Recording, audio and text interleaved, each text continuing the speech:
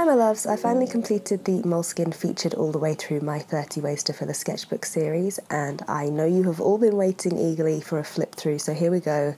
I initially wasn't going to have a voiceover on this one. I find flip throughs really calming set to music, but I anticipated getting a lot of questions about things in the comments, so I want to try and answer some of those ones that come up a lot. You can see it's bursting at the seams. It's been a real labour of love, probably definitely my favourite sketchbook to date. On the cover is just a little sticker of my Doberman piece that I made just to see what making stickers was like. I'll probably do more in the future. Inside the front cover I've stamped the date that I completed the book with just a regular date stamp from Amazon.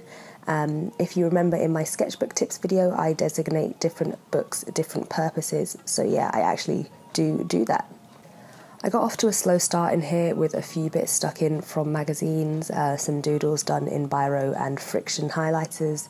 The next page again was a bit tentative, some drawings I did with blue watercolour pencils, cheap non-brand ones, and the page started falling out so I taped it.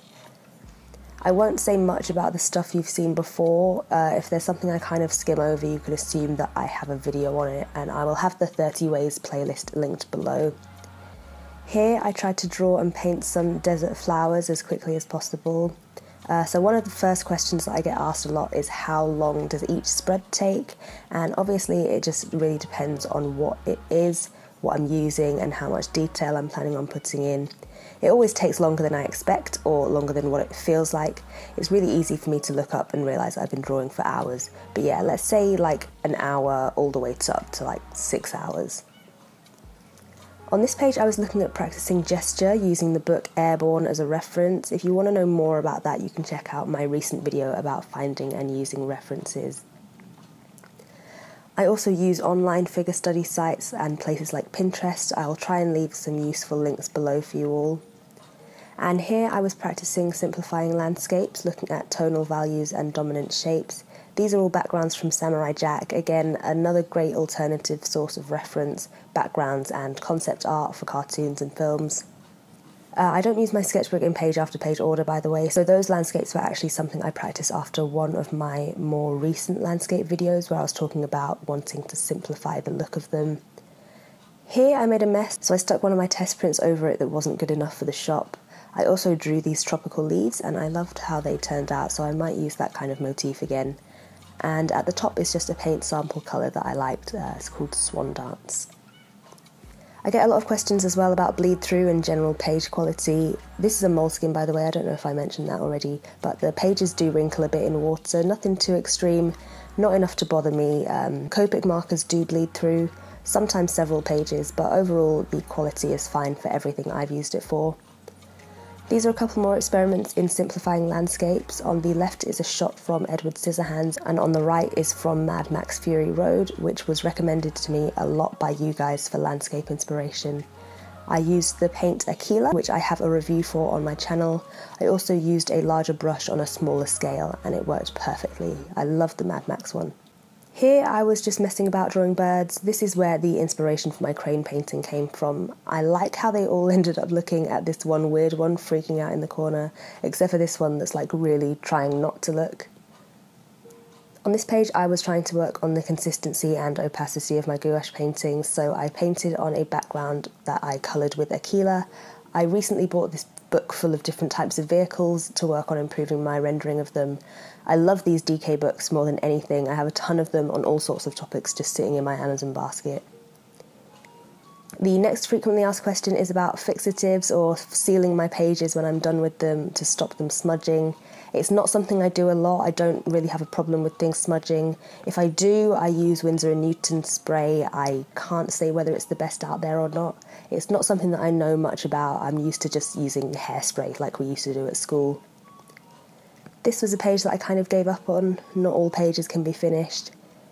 I also get asked a lot about why I draw particular things or use particular tools, and the answer's pretty boring, but I just do whatever I'm in the mood for. There's no deep reason for any of it. I might just use a specific paint because it was already sitting on my desk, or I just think it'll look nice. Here I use the Kuretake Zig brush pens to do more figure drawings from Croquis Cafe, who I'll have linked below. I like how the different colours allow each one to be seen despite the overlap. I also love that there are different body types represented in the life drawing videos.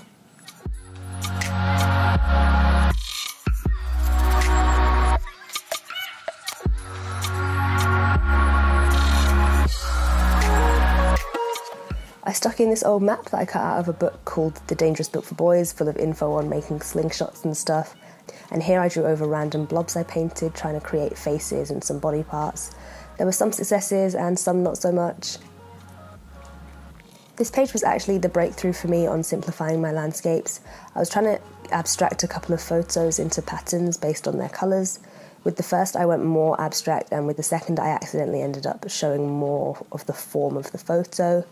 I was texting as I painted this, so not really focusing at all, and it turned out that's what I needed to get the look I was going for. This page, the first in my sketchbook series, I actually had the sketchbook upside down for.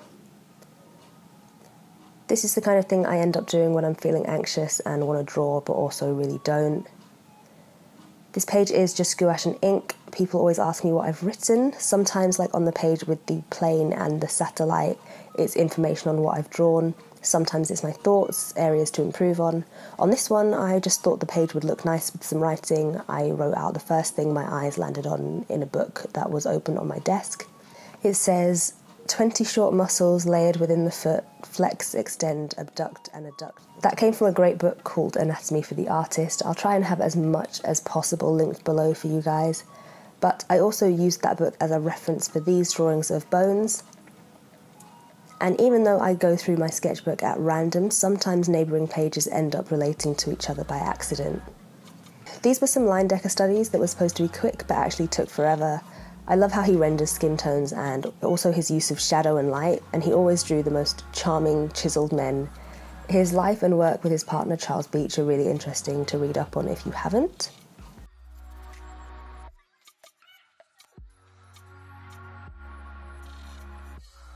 These were some very quick skin tone studies I did, looking at how yellow and blue and red feature in the skin and wear.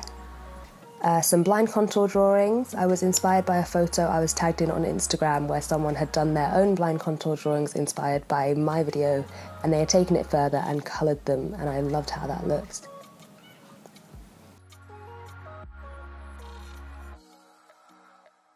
These drawings I did with the tiniest black pencil from W.H. Smith's on top of some randomly placed paper scraps with some gouache paint thrown in.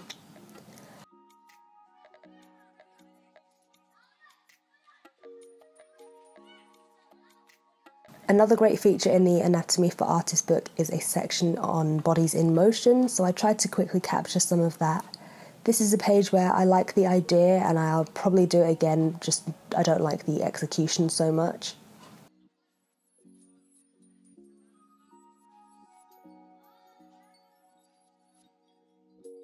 Straight after I finished my Georgia O'Keeffe study, I realised one of my magazines actually had a whole spread on her, so I cut out one of the pictures, painted more flowers, some of them using the one-stroke method, and also omitted some of the words on the page's headline to make it instead read, "Unfurled from Georgia O'Keeffe's glorious wild swimming holiday."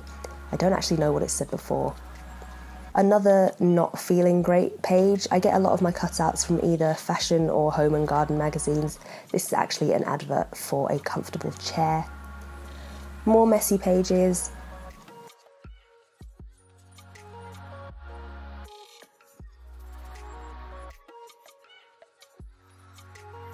And finally, a page of swatches and tests for a few of my most used supplies.